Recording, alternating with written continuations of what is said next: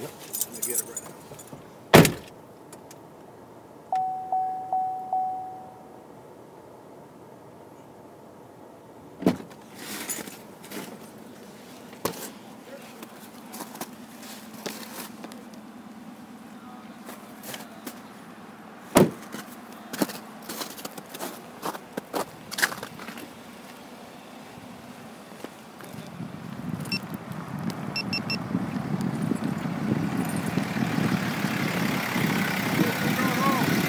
No. Nope. Hey. Are you staying here for this?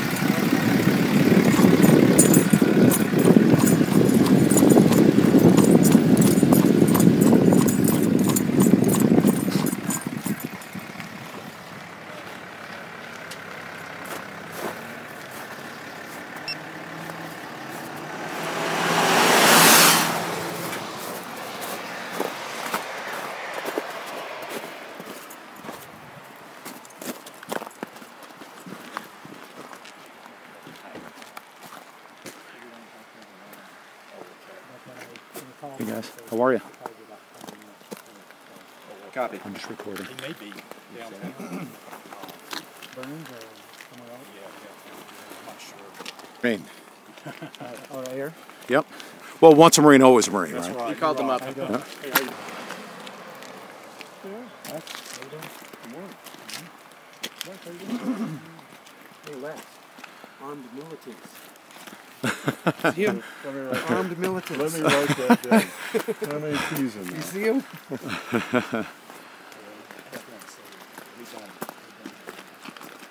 That's what armed militants actually look like. Hey, Les. Get in here. There's no need for that. For I was what? just talking to him. I know, loudly. There's no need for all that. Can't go that way. Matt. Matt. Matt? How you doing? Hey, Ron. Don. How are you? Good to meet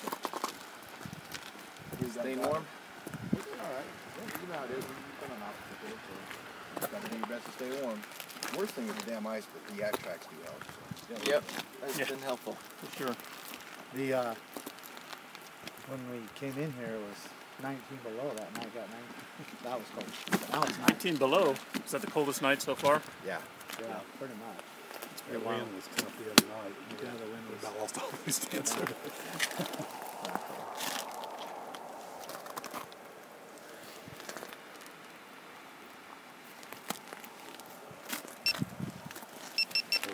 Nobody's picking up the phone. So this one time in Burns, Oregon. Yeah, I did call it up, so should get somebody coming out. Okay. Roger that. And what was your position, or what do you do? I'm a negotiator. Oh, He's a smooth negotiator. okay. Yeah. Pete and I had a good conversation. Yeah. But I really do appreciate, you know, It was in the way good you faith. handled It was, it. it was in good faith. I think so too. I think this is the thing that needs to happen. What's happening right here? I agree. Don't you? Yep, I agree totally. I mean, if you know, I believe you're genuine. I just, like I said, I was concerned about your chain of command. Hopefully, you can also apply your negotiation skills to them if they make the wrong call. You know, like I said, the one thing that we want to do is talk. That's the big thing. I think if the dialogue is the way to handle this. Right. FBI. Start the bottom. So, hey guys, could you call? Could you call the in there and see if oil? Check once.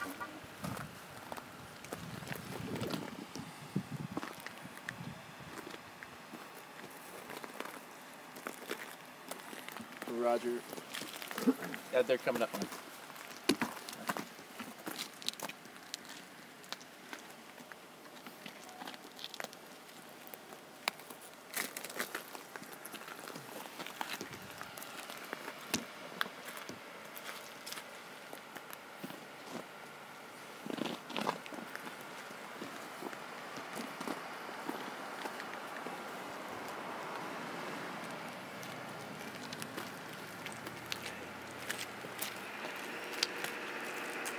How you doing?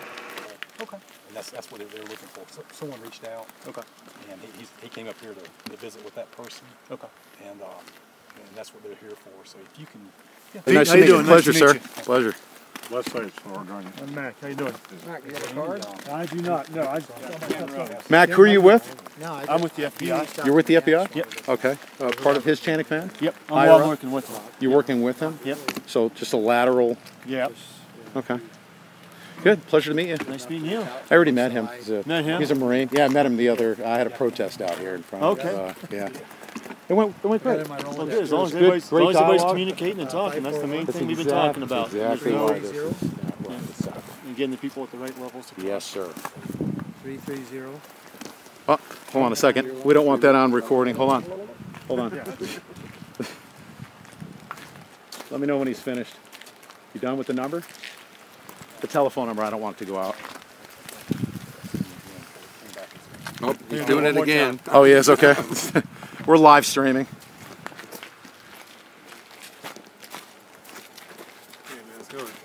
So, morning.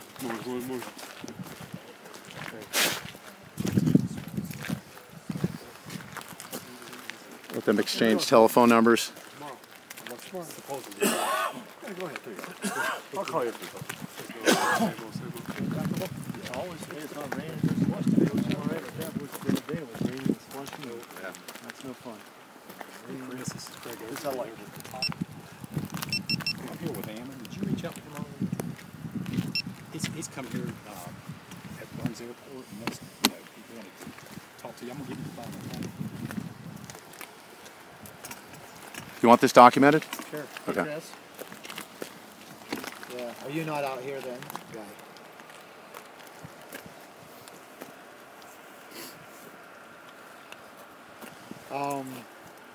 Well, I see a whole full of people here, and I guess you reached out to me, so I'm not sure exactly what we wanted to talk about, but that's what I came here to.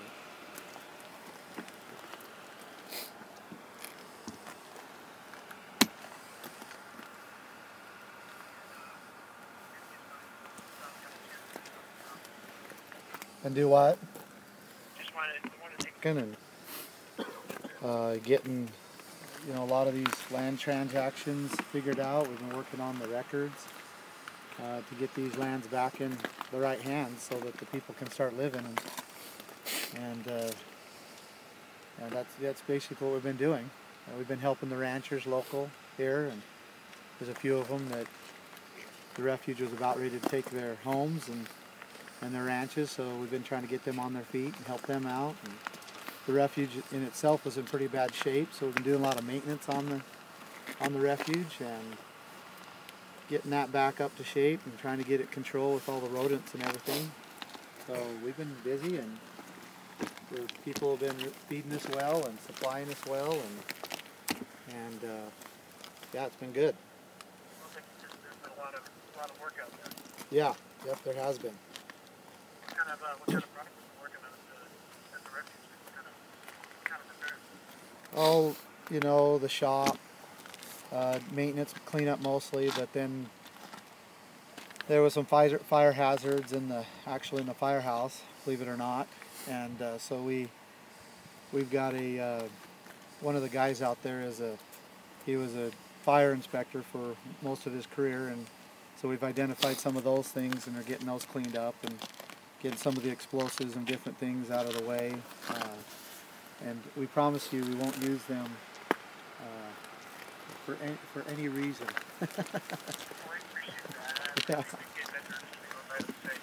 Yeah, it would take somebody that would know what they're doing to use them. But anyway, working with the community, working with the ranchers, and also loggers that were in the logging industry that were put out of business, and we're working to start planning on getting a mill in here and getting them back to logging and try to get this economy back on its feet here in Harney County.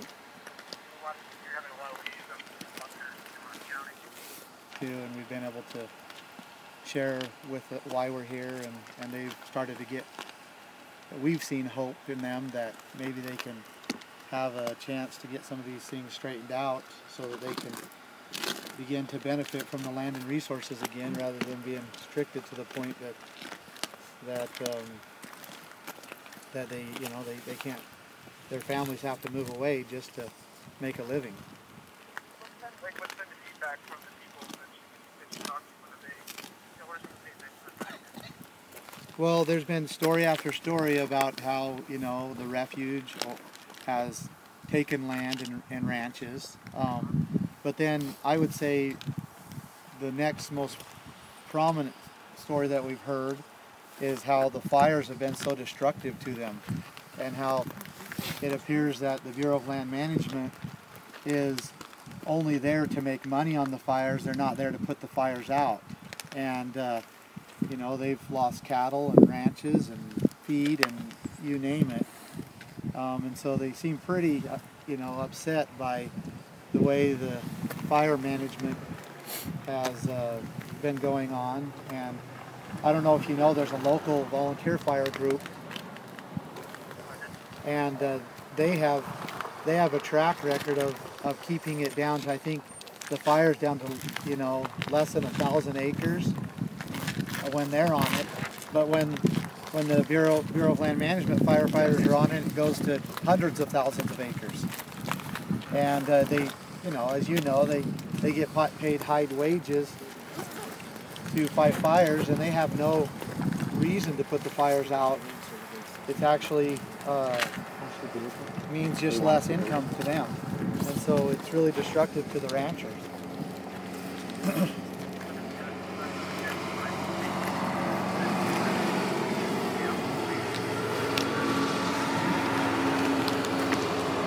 Oh, absolutely. That's exactly what people understand is happening. They're doing it because they get paid high wages, and they have to justify their budgets and all of that. Say that again. I think it's both. It seems the stories they're telling us is, you know, they end up starting more fires with drip torches than they do putting out, and then a lot of it, as far as the management side, they let the fire, definitely evidence, or at least what they're telling me is that it is, you know, it sounds like it's a culture over there, not just individuals or managers or whatever.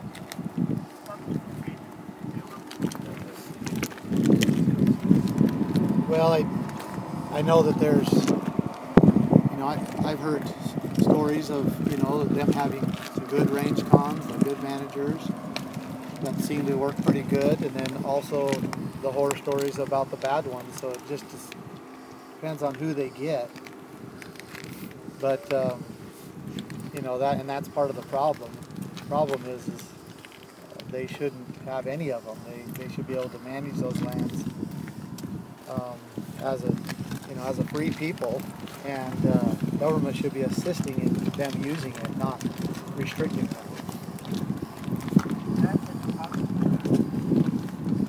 What's that?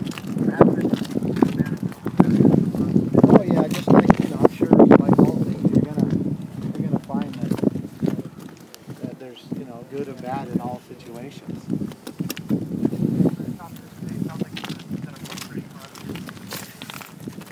Yeah, and then the whole, they've got to where, again, so they won't let the ranchers put out the fires. They actually will be arrested if they try to put out the fires themselves.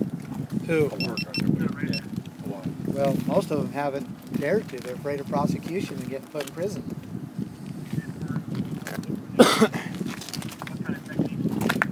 It wouldn't matter what the way the federal government views it, the Bureau of Land Management views it, is if they're trying to put out the fire without their permission, then they're subject to prosecution. It doesn't matter what techniques they use. And so a lot of them try to do it, you know, if they do it, they sneak it out, they sneak and get it out, and they got to get out of there on time before they're seen, and they're all just this effort of trying to literally protect their properties and not be prosecuted. What's that? Well, I think you're familiar with the Hammonds, I hope so. So that you know, that's why the refuge was the primary tool in which, you know, those people used to destroy the ranches, and that's the refuge wanted to buy the Hammonds Ranch for many years. But I'm sure you know this. I'm sure you know this.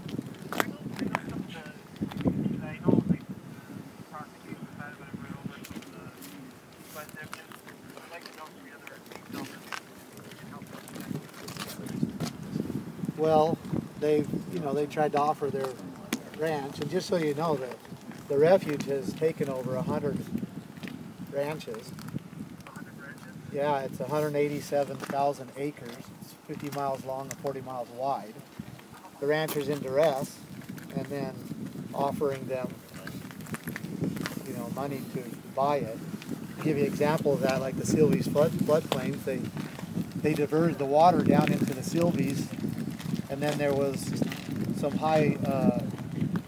good rain years, and the people were saying you can't divert the water down there because it's going to flood us out, and they kept doing it anyway. It appeared to them to be intentional, because they directed all the canals and water all the way, all of them that used to irrigate the whole area, they directed them straight down into the lakes there. And then the floods came up, flooded. And just kind of give you a little perspective here, those ranchers, there was about 35 ranchers, they had unified together and chose not to sell, because the refuge was trying to buy it for years and years and years, and they chose not to sell. And the refuge was, you know, being pretty aggressive about getting their hands on that land. And then next thing you know, they're diverting the water down into the floodplains there, into the Silvies.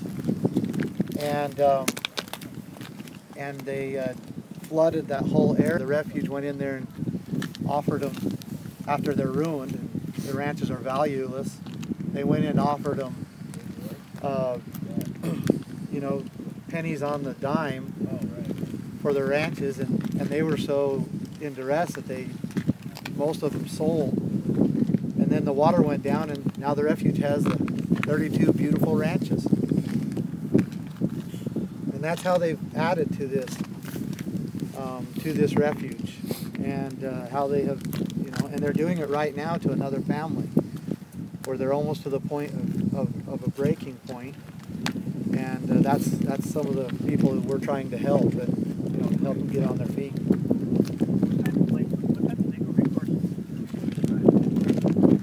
Well, the Hammonds spent upwards to $1 million in their defense, but to kind of give you some perspective, and these aren't my numbers, but according to the American Land Rights, I believe that is the reference, there's been over 100,000 cases where the federal government, as the plaintiff, has taken on a rancher or a land use.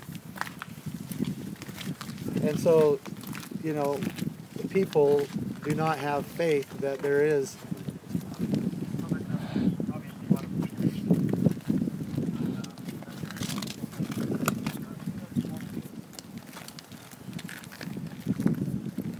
Sure. Yeah, I mean, there should be when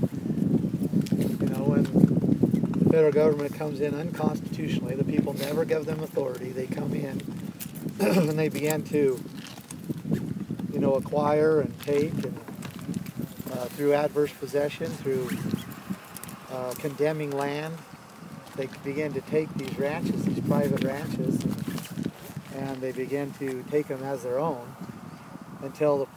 and then they close off all the other resources that have been the primary income for the valley, for the county, and literally put the people in economic depression.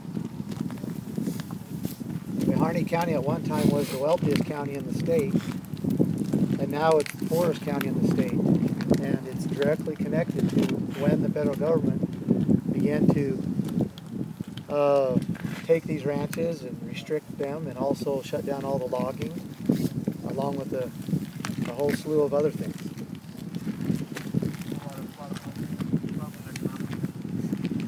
But yeah, the only jobs they have, you know, are federal jobs now. I mean, I think it's 63% or maybe a little more are working for the federal government. And it doesn't take a brain surgeon to figure out that that's not going to work. I mean, we can't all work for government. What's that?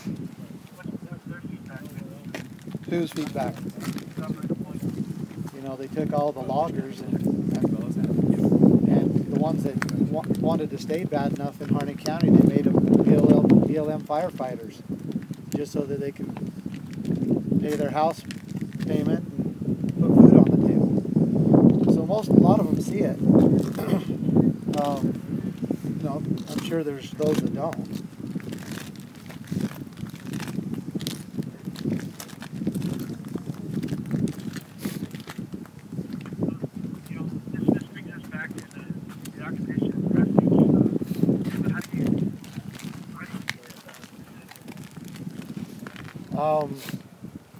Well, I see it that land, again, right as the refuge, you know, should be turned over to the county to use as, you know, either maybe a school facility or to be used as, again, like a resource center to help the ranchers and to help the people out and to help them and encourage them using their rights on their own land. Maybe even a place, you know, where those documents and so forth can be recorded and basically become a benefit to the people under county jurisdiction. And that would put it back in right to the Constitution. And then, of course, the people out on the land using the land as their right, as it was established, you know, and under county jurisdiction.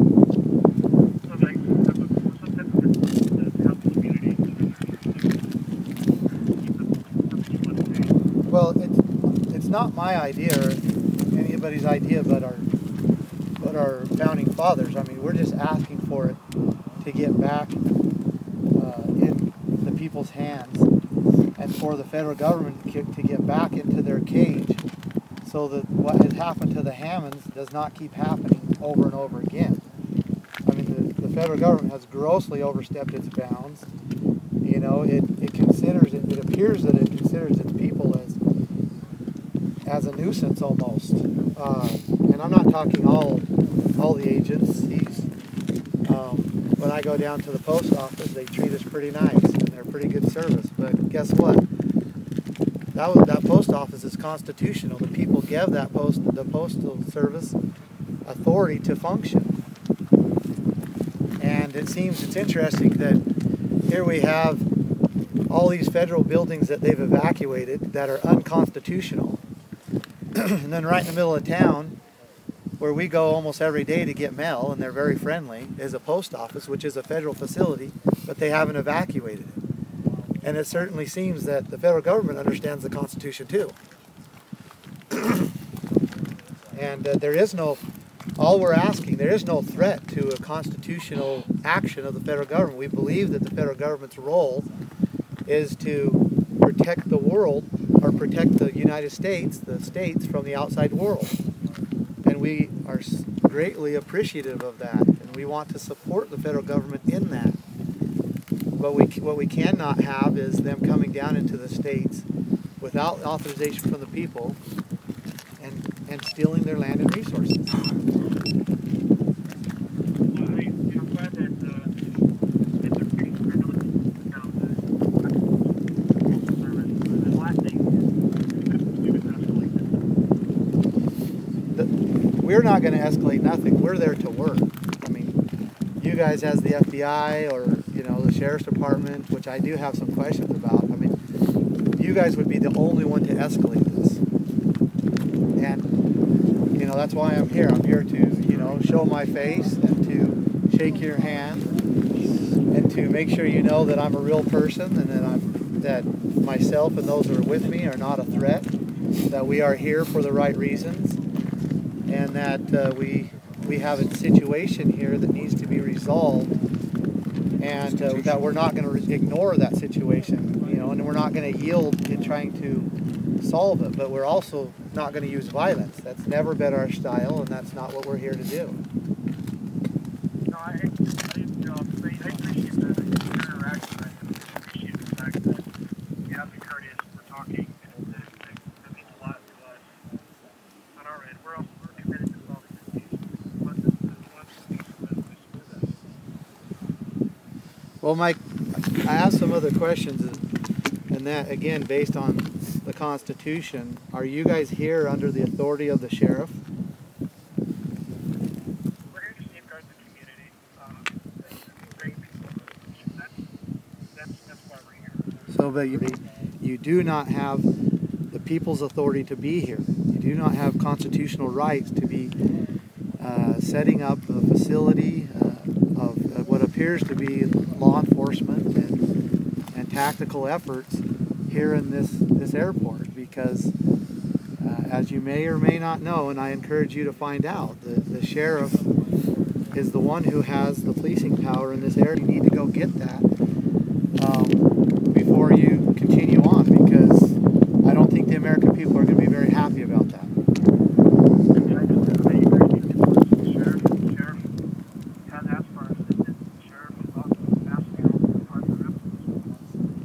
So he has given you.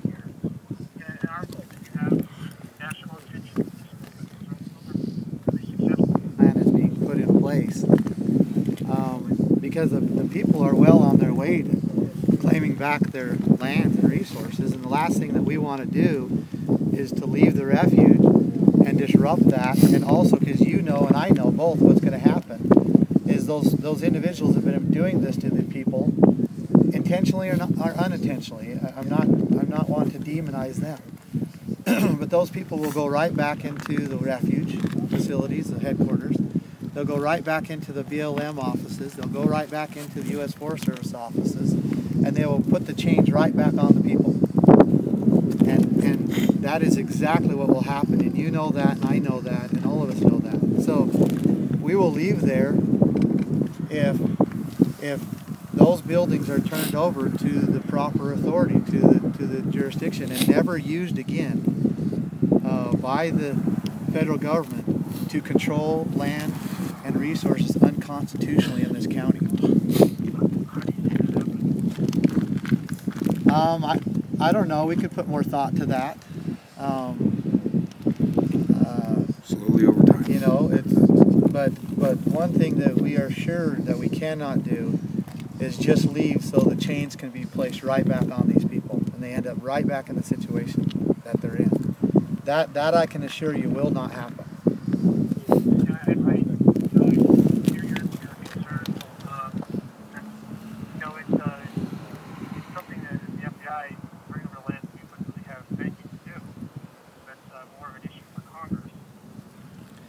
Well, let's get Congress together and they can make a decision then.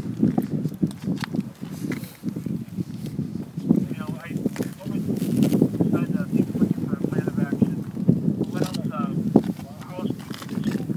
Well, you can bring, and this is the most important of everything all that I've said. You can bring the Hammonds back home to their families. They do not deserve to be there.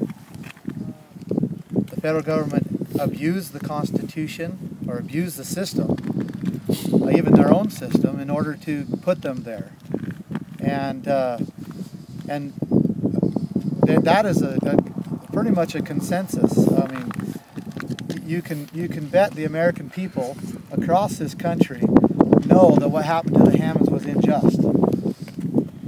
And you people, as representatives of us, the people, you need to listen to us on this one, and you need to get the Hammonds back to their families, back to their lives, and back to their homes. And that needs to happen. That is a must.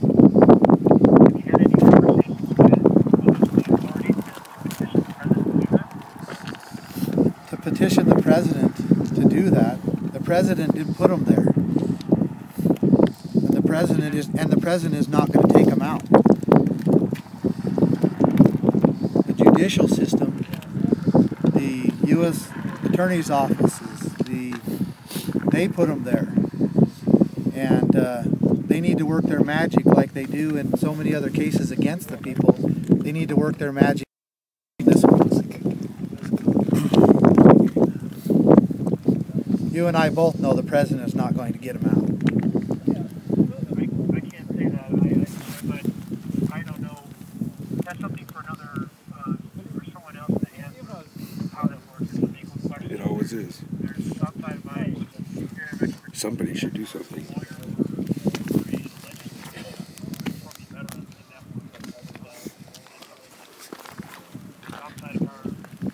The investigator. Sure, I understand that, yeah, and that's, I mean, like I said, these things take a little time, but that's what needs to happen to assure that we as a people can move forward without this happening again. That we can move forward to make sure that this case doesn't set a precedent. That we can move forward to make sure that the Hammonds get home to their families and back to their ranches, and also to make sure that the people are free and not afraid to use the land as they have rights to do, and that'll make a lot of things right. That'll turn a lot of things around, including the economy. If the people have access to the land and resources the way that it was intended by our founders, the economy will immediately turn itself around. And then we can start working on this debt problem that we have with the rest of the world. And anyway, those are bigger issues than you and I want to get involved in, I'm sure, but those things, but this is the beginning. I mean, this has to happen in order for people to get back on their feet, and then it needs to happen for this family that has suffered so much.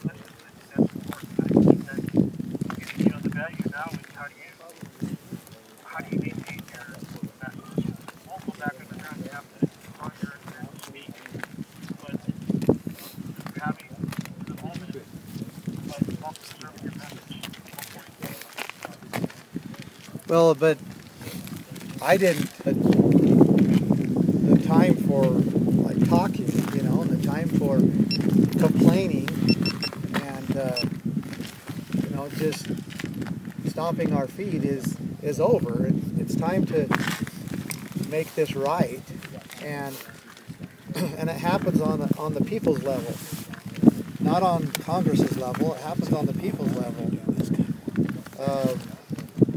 And the people they need to take their claim back on their land and begin using it as their forefathers, as their fathers established. They came out, their forefathers are the one who came out and established these rights and began using it. It wasn't clear until, you know, the 1946, the Bureau of Land Management was organized, and then they said they were managers, and it was actually the late 80s,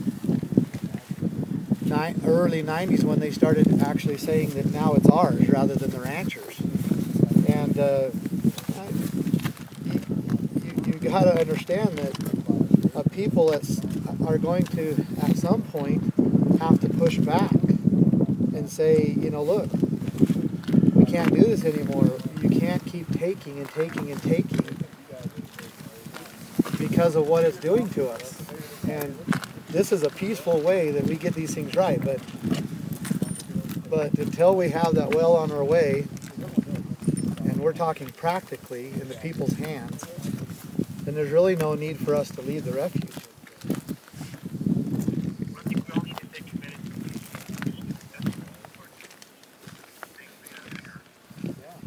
I agree. Like I said earlier, the only ones that are going to make this a non-peaceful event will be you guys.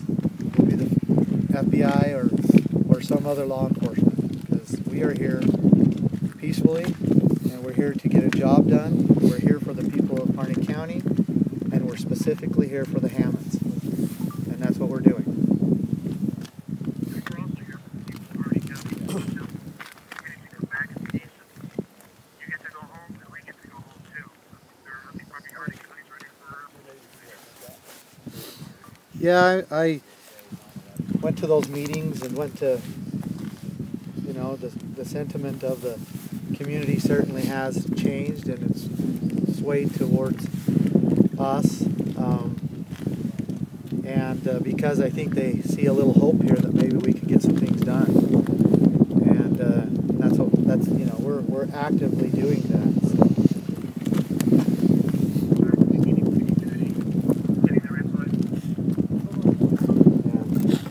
Well, hey, speaking of that, I've got quite a few things I got to do, and I got a meeting to go to. We've got some legislatures coming up from New Mexico, actually, and I said I'm going to meet with them. And so, can we continue this conversation later? Absolutely. And when I come to you about what we want to work together with you. I know these are some really significant issues. Like you said, they're probably going to take time, and some other people that have some more experience too. We're going to have to think together on this and work together. Sure. To find a good resolution. So I want to make sure that you understand the resolution is the Constitution of the United States. That is the resolution. Now, how we get there, I realize there's steps and things we need to do, but we've compromised that supreme law long enough. And so, you know, get yourself familiar with it, and we'll start talking about that. Those that need to get involved, but this resolution must end on the Constitution and its supremacy to all of this. David, how about let's talk again. When do you want to talk again? We could do tomorrow again. I'd like to meet you face to face. I think it'd be a lot more beneficial, and I could come down here tomorrow again and visit with you. Let me run that through my chain of command. In the meantime, let's plan on at least a phone call for tomorrow. Is there a possibility that you can get a regular hardline telephone we can talk on? Because yesterday trying to call you, it's tough. Sometimes we don't get through the towers. Well, I know you called me like 14 times in a row. I did see that. I was not able to pick up because I was in a meeting, and so they are getting through to me. But there is no, you know, we haven't been using the refuge phone lines or internet or anything, so I don't really want to start doing that. I would rather just use my phone. Okay, well, I apologize for the calls. We weren't sure on our end if the calls were going through or not, so we weren't trying to aggressively call you. No. We weren't sure getting your ring, and then it goes like a busy signal somewhere. Is there a voicemail on your cell phone if we ever have to leave a message for I you? actually cleared them today, so there should be. But, you know, I have 3,200 unread emails since we moved in here. So, and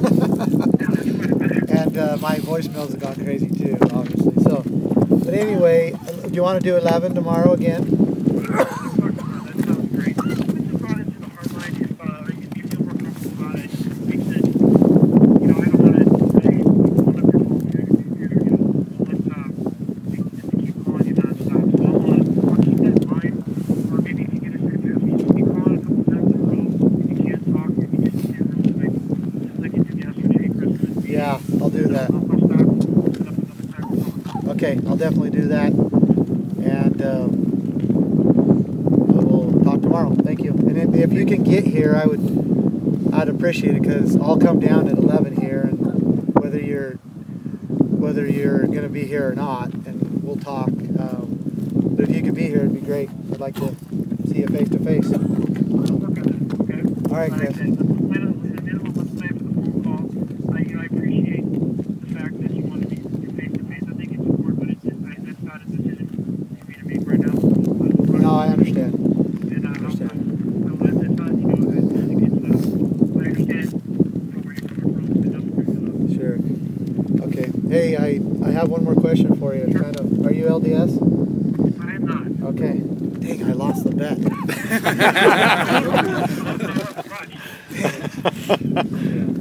All right. Well, hey, it was good talking to you. We'll talk tomorrow. Evan, how do you feel after that conversation? Do you feel encouraged? Do you feel...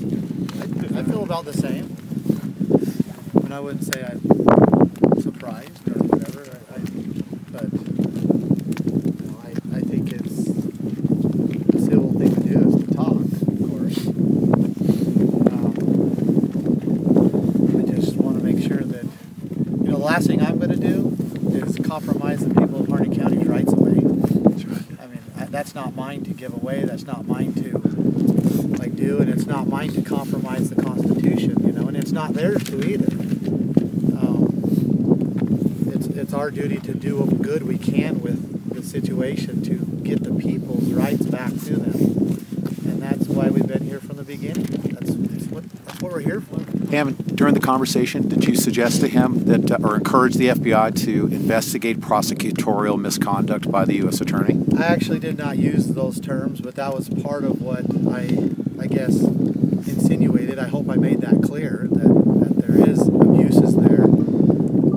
I did it in the form of they need to get the Hammonds home because there's some wrongs, major wrongs that are going on. And I think the last thing the American them for speaking to people, the fact that they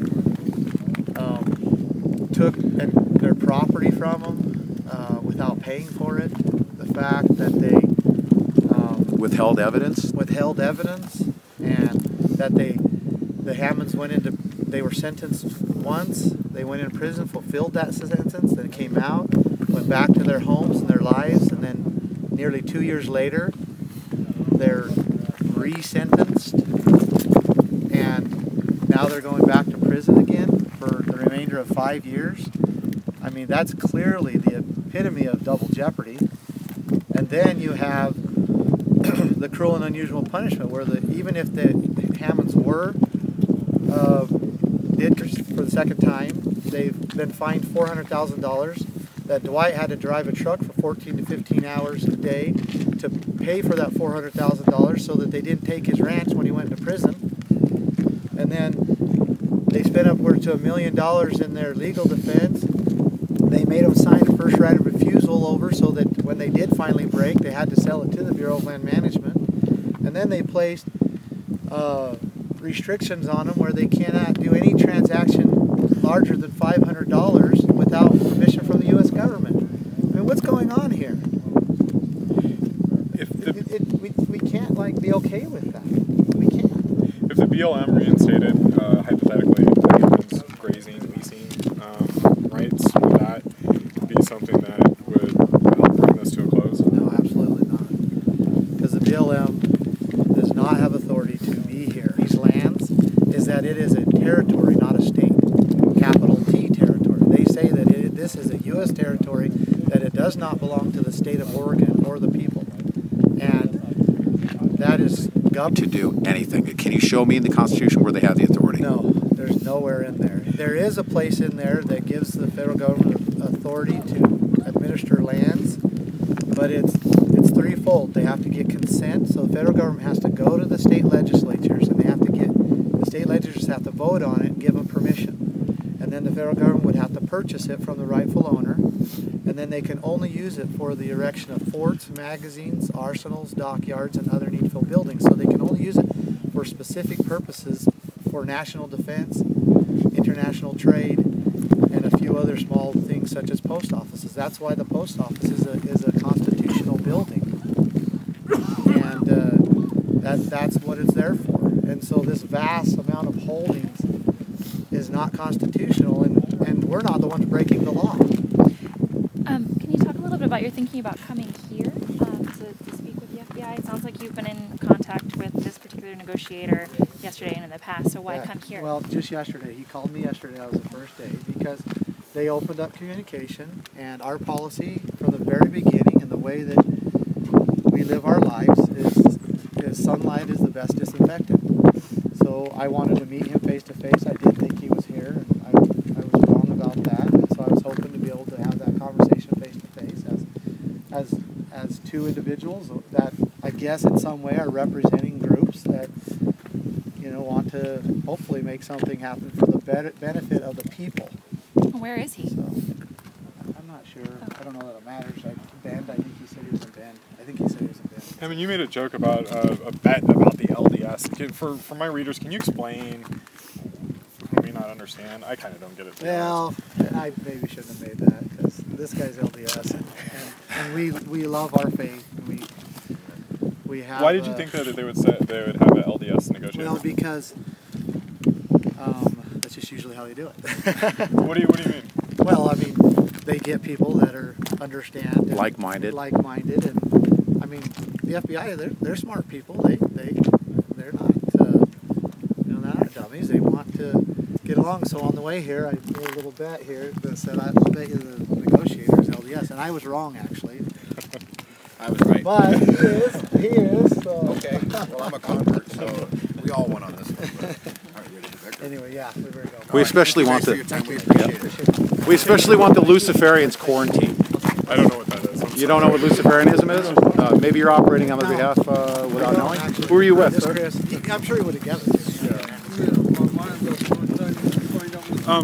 Yeah, I mean, just one real quick question. There have been some concerns because I think Oregon Public Broadcasting. Oh, jeez. That the Oregonian reported there was like I guess a convicted murderer on your. There have been some other reports about. Can you address that a little bit about the quality of people coming here? We have the best quality of people, and that rumor was out there, and we had the PPN look into it because they got connections with law enforcement and so forth, and it was not confirmed. There was no such thing in our presence. You guys have a guy named Brandon Hammond who has been convicted twice for driving.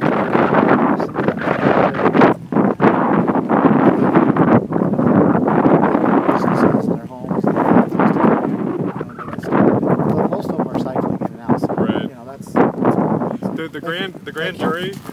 Have you investigated the judge for sending the state? Have you done that? Is this live streaming? Oh, absolutely. Are you Shut kidding the me? fuck up. Really? You think so? Has OPB investigated the judge sending environmental terrorists to this community to provoke something we don't want? Have you done that? No. If you ever step on my court again... Oh, I didn't do that intentionally. I apologize. I won't step on your court. I'll freaking crush you with the truth, though. The court's the least of your concerns. I did that accidentally.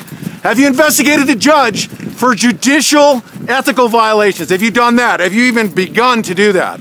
We have a corruption here in this county that you guys refuse to investigate. You're so concerned about the people that are being sent here by the judge. Why don't you investigate the judge? Okay. Okay? Why don't you do that? You guys are slightly biased, aren't you? So am I. Extremely biased towards the truth in the U.S. Constitution. So thank you very much. Have a good day. Don't worry about me stepping on your cord. Worry about me stepping on the freaking, on your crushing freaking propagandization. Okay? Everyone gets freedom of speech. Oh, yes, sir. And I exercise it to the fullest extent of the law. Yep. Absolutely. Does everyone have a pocket constitution? How about you? You have one? Don't leave home without it, sir. Okay, fantastic. Sir? Good? Excellent. Have a good day.